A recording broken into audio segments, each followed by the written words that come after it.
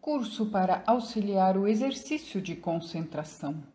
Textos organizados por Herr Westenberg.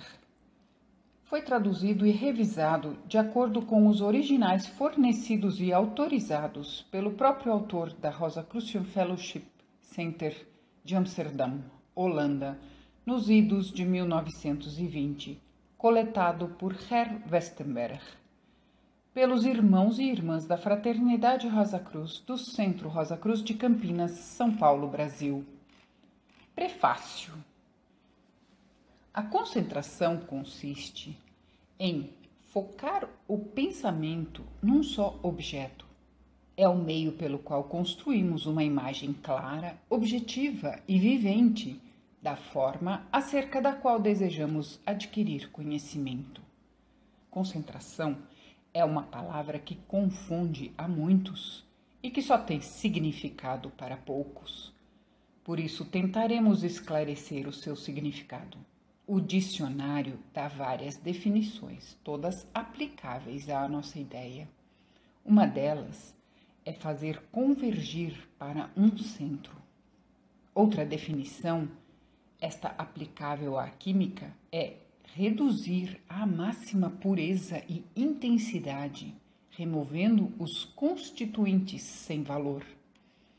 Aplicadas ao nosso problema, uma das definições acima nos diz que se fizermos convergir os nossos pensamentos para um centro, para um ponto, aumentamos o seu vigor, sob o mesmo princípio pelo qual o poder dos raios solares aumenta quando focalizamos num ponto através de uma lente de aumento, eliminando, na ocasião, todos os outros assuntos de nossa mente.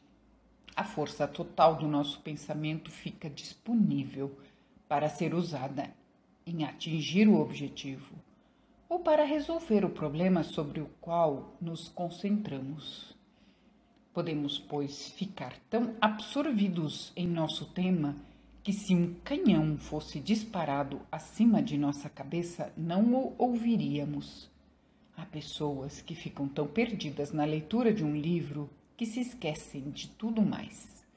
O aspirante à visão espiritual deve adquirir a faculdade de se tornar igualmente tão absorvido na ideia sobre a qual se concentra que possa excluir o mundo dos sentidos da sua consciência e assim dar toda a sua atenção ao mundo espiritual. Quando aprender a fazer isso, verá o lado espiritual de um objeto ou de uma ideia iluminado pela luz espiritual e assim obterá um conhecimento da natureza interna das coisas como jamais foi sonhado por um ser humano mundano. Atingido esse ponto de abstração, os centros de percepção do corpo de desejos começam a girar lentamente dentro do corpo denso, tomando, portanto, seus próprios lugares. Com o tempo, isso se torna cada vez mais definido, necessitando cada vez menos esforço para pô-los em movimento. Na vida corrente, o ego está dentro de seus corpos, dirigindo suas forças para o exterior. Toda a vontade e energia humanas estão empenhadas na tarefa de dominar o mundo externo. Em nenhum momento ele é capaz de livrar-se das impressões do ambiente externo e trabalhar livremente sobre si mesmo nas horas de vigília. Porém, durante o sono, quando se apresenta essa oportunidade, porque o corpo denso perde a consciência do mundo, o ego fica fora dos seus corpos. Se o ser humano tiver que agir sobre os seus veículos, há de ser quando esteja alheio ao mundo externo, como no sono, contanto que o espírito permaneça dentro e no pleno controle de suas faculdades, como sucede nas horas de vigília. Enquanto não obtiver esse estado, é impossível ao espírito atuar internamente e sensibilizar devidamente os seus veículos. Tal estado é a concentração. Quando a pessoa nela se submerge, seus sentidos ficam inativos, aparentemente na mesma condição que no sono profundo, se bem que o espírito permanece dentro, plenamente consciente. A maioria das pessoas já experimentou esse estado, pelo menos em certo grau, quando absorvidas na leitura de algum livro. Em tais ocasiões vivem as cenas descritas pelo autor e perdem toda a noção do seu ambiente. São insensíveis a todo som, às palavras que lhes dirigem e a tudo que as rodeia. Contudo, estão plenamente conscientes do que leem do mundo invisível criado pelo autor, vivendo neles e sentindo o bater dos corações dos diferentes personagens da narrativa. Não estão independentes, mas sim ligados à vida que alguém criou para elas no livro. O aspirante à vida superior cultiva a faculdade de absorver-se à vontade em qualquer assunto que escolha, ou melhor, geralmente não num assunto, mas num simples objeto que ele mesmo imagine. A primeira prática a efetuar-se é a fixação do pensamento em um ideal e assim mantê-lo sem permitir que se desvie. Tarefa sumamente difícil. Ela deve ser realizada regularmente, pelo menos até que se possa alcançar algum progresso. O pensamento é o poder que empregamos na formação de imagens, cenas, pensamentos forma, de acordo com as ideias internas. É o nosso poder principal e temos de aprender a mantê-lo sob nosso absoluto controle, de modo a produzirmos não absurdas ilusões induzidas pelas circunstâncias exteriores, mas sim imaginações verdadeiras geradas pelo espírito internamente. Os céticos dirão que tudo é imaginação, mas, como já vimos antes, se o inventor não imaginasse o telefone, etc., não possuiríamos tais coisas. De modo geral, suas imaginações não foram corretas ou certas no início.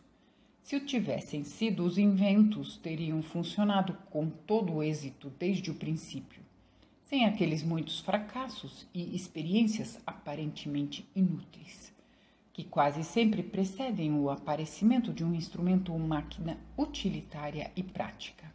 Tampouco é correta, a princípio, a imaginação do ocultista novato. A única maneira de imaginar-se corretamente é conseguida pela prática ininterrupta, dia após dia, exercitando-se o pensamento pela vontade a manter-se enfocado sobre um assunto, objeto ou ideia, excluindo tudo o mais. O pensamento é um grande poder que costumamos desperdiçar. Permitimmo-lo fluir sem qualquer objetivo, do mesmo modo que a água se despeja no precipício, sem aproveitamento na movimentação de uma turbina. Os raios de sol difundidos sobre a superfície da Terra produzem apenas um calor moderado. Contudo, se alguns poucos forem concentrados através de uma lente, serão capazes de produzir fogo no ponto focal. A força do pensamento é o meio mais poderoso para obter-se conhecimento. Se for concentrada sobre um assunto, abrirá caminho através de qualquer obstáculo e resolverá o problema. Possuindo-se quantidade necessária de energia mental, nada existe que esteja além do poder da compreensão humana. Enquanto a desperdiçamos, é uma força de pouca utilidade, mas tão logo estejamos prontos a enfrentar as dificuldades para dominá-la, todo conhecimento poderá ser nosso. Ouvimos com frequência pessoas exclamarem petulantemente: "Oh, não posso pensar em 100 coisas ao mesmo tempo." Na realidade, era exatamente isso que estavam fazendo e que lhes causou o aborrecimento de que se queixam. As pessoas vivem pensando constantemente em 100 coisas diferentes daquela que têm em mãos. Todo o êxito é alcançado através da concentração persistente no objetivo desejado. Isso é algo que o aspirante à vida superior deve aprender positivamente. Não há outro caminho. A princípio, se achará pensando em tudo quanto há debaixo do sol, ao invés de pensar no ideal sobre o qual tenha decidido concentrar-se. Mas isso não deve desanimá-lo. Com o tempo verá que já é mais fácil cerrar os sentidos e manter firmemente os pensamentos. Persistência, persistência, sempre persistência. E vencerá por fim. Sem ela, entretanto, não pode esperar resultado algum. Não será de nenhuma utilidade fazer os exercícios 2 ou 3 manhãs ou semanas e deixar de fazê-los por outro tanto tempo. Para serem eficazes, devem ser praticados fiel e ininterruptamente, todas as manhãs. As imagens produzidas pelo aspirante serão a princípio obscuras e de fraca semelhança, mas depois, pela concentração, poderá evocar imagens mais reais e viventes do que as coisas do mundo físico. Quando o aspirante estiver apto a formar tais imagens, e já conseguindo manter a mente sobre as imagens assim criadas, poderá tentar o desaparecimento súbito da imagem, mantendo a mente firme, sem pensamento algum, esperando o que possa surgir nesse vazio. Talvez nada apareça durante muito tempo, mas o aspirante deve ter o cuidado de não criar visões por si mesmo. Se a prática for seguida fiel e pacientemente todas as manhãs, chegará o dia em que, no momento que faça desaparecer a imagem, o mundo do desejo que o rodeia abrir-se-á aos seus olhos internos, como num relâmpago. A princípio pode não ser mais do que um mero vislumbre, contudo não deixa de ser um sinal daquilo que virá mais tarde, sempre que o deseje. Só depois de ter praticado a concentração durante algum tempo e focando a mente sobre um objeto simples, construindo um pensamento-forma vivente por meio da faculdade imaginativa, o aspirante pode aprender pela meditação tudo o que se refere ao objeto assim criado.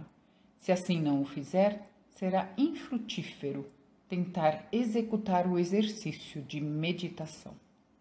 Fraternidade Rosa Cruz, em Campinas, São Paulo, Brasil.